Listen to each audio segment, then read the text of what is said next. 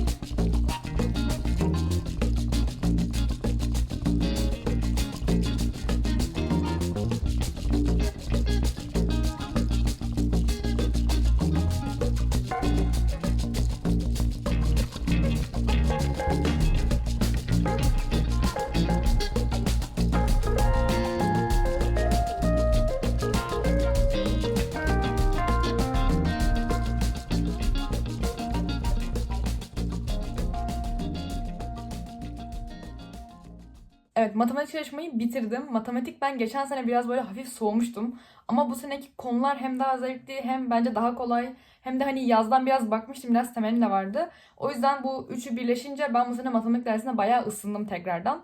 O yüzden de güzel oluyor. Bu elimde gördüğünüz kitabı işte boştu benim. Derslerde hani başka bir çıktıdan kullanıyordum.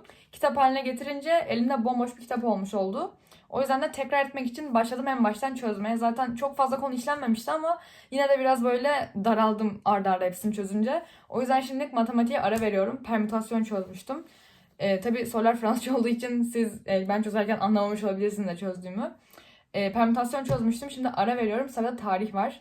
Tarih benim bu sene yine en sevdiğim derslerden biri. Çünkü bilmiyorum hani konuları geçen seneye göre çok çok daha zevkli bence. Türk tarihine geçiyoruz artık.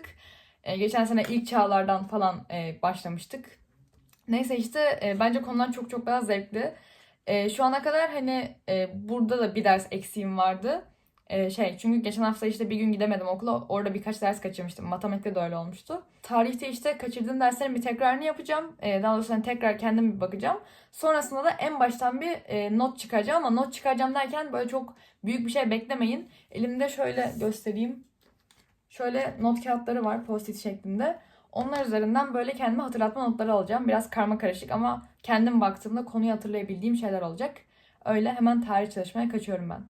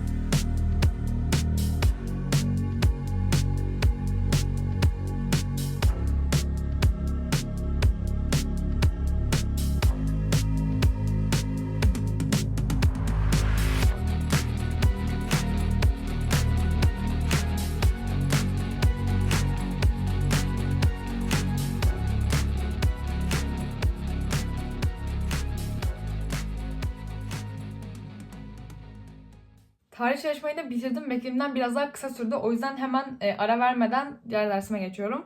Şöyle tarihten 2 tane not çıkardım bu arada. Sadece 2 böyle post-it kağıdı boyutunda not çıktı arka önlü.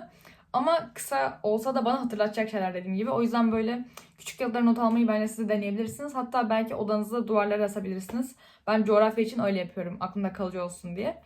Neyse tarih bitti. Şimdi fiziğe geçiyorum. Fizikten elektrik konusunu işliyoruz şu anda. Ve ben ortaokuldan itibaren hiçbir zaman elektriği anlayamamışımdır. Ve yine hafif bir önyargıyla başladım ve bu yüzden midir yoksa gerçekten elektrik konusunda inanılmaz bir yeteneksizliğim mi var bilmiyorum ama elektrik konusunu yine anlamadım. O yüzden bu hafta sonu tam bir tekrar yapmadan önce bir konu anlatım videosu izlemek istiyorum. Türkçe. Çünkü fizik dersinde Fransızca gördüğümüz için belki o yüzden anlamamışımdır diye düşündüm. O yüzden bugün böyle çok büyük bir beklentiye girmeden ama konunun temelini anlamaya çalışarak bir Türkçe fizik konu anlatımı izleyeceğim. 10. sınıfın ilk ünitesinden. Sonrasında fiziği bu hafta içinde halletmeyi düşünmüyorum. Çünkü en baştan çalışacağım tekrardan. O yüzden hafta sonuna bırakıyorum ama şimdiden böyle kendime bir ön hazırlık olsun diye bunu yapacağım.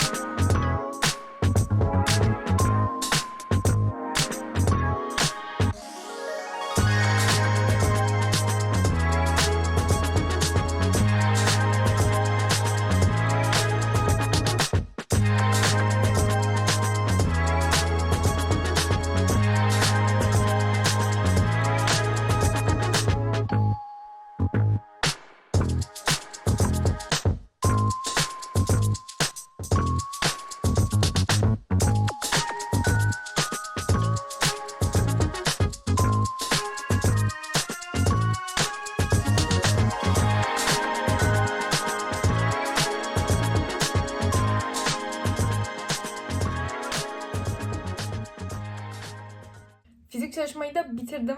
Sırada artık saatte biraz geç olmaya başladı. Son bir ders daha çalışmak istiyorum. Ve şöyle yapacağım. Edebiyattan fiilimsleri görmeye başladık ve fiilimsler benim 8. sınıfta böyle en emin olduğum konu falan olabilir kendimden. Gerçekten Türkçe'de çok zorlanıyordum ama dil bilgisini çok iyi yapıyordum ve fiilimsel konusunu da ayrı bir seviyordum. Galiba ilk konusuydu yılın, işlediğimiz ilk konuydu. O yüzden bende özel bir yeri var. Şimdi tekrardan fiilimsleri gördük ve ben de hani zaten biliyorum ama hızlıca bir elimde konu tekrarlı bir kitap vardı PDF olarak. Hemen konu tekrarı yapacağım. Ardından da bir iki test çözerim. Zaten çok hani dediğim gibi o kadar hala aklımdaki bilgiler her şeyi biliyorum ki çok övüyormuşum gibi oldu kendimi ama hani derste bunu fark ettim. Hala her şey bütün temellerim duruyor. O yüzden çok üzerine gitmeme gerek yok. Sadece böyle bir 15 dakika üzerinden geçeceğim.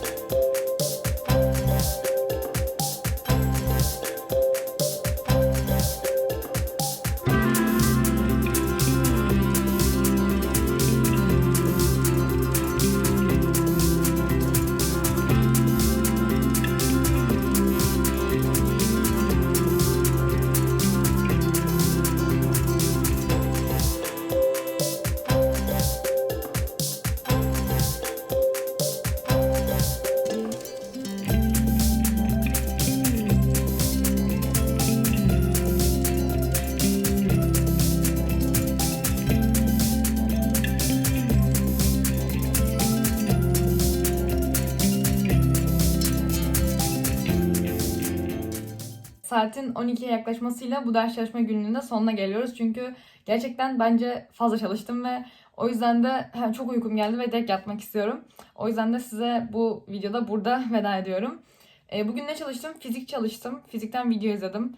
Tam olarak anladığımı söyleyemeyeceğim ama yine de biraz iyi oldu bence tekrar etmek. Onun dışında edebiyat çalıştım. Hızlıydı, güzeldi, kolaydı. Çalıştım, matematik çalıştım. Matematiğin hani hocanın şu anda işlemeye devam ettiği yere gelmeme çok az kaldı. Bir de son olarak ne çalıştım başlarken? Tarih çalıştım. Tarihte dediğim gibi çok zevkli çalışması. Bence böyle hani bir tık genel kültür gibi olduğu için konular tam olarak ders çalışıyormuşsunuz gibi hissettirmiyor. O da bana güzel hissettiriyor yani. Umarım sizin için de öyledir. O yüzden benim için verimli bir gün olduğunu söyleyebilirim. Umarım sizin de günleriniz bu şekilde geçiyordur diyorum ve artık size güzel ders çalışmalar dileyerek görüşürüz diyorum. Kendinize iyi bakın. Eğer videoyu beğendiyseniz beğen butonuna basabilirsiniz, abone olabilirsiniz ve beni tabii ki takip edebilirsiniz Instagram'dan diyorum ve size görüşürüz diyorum.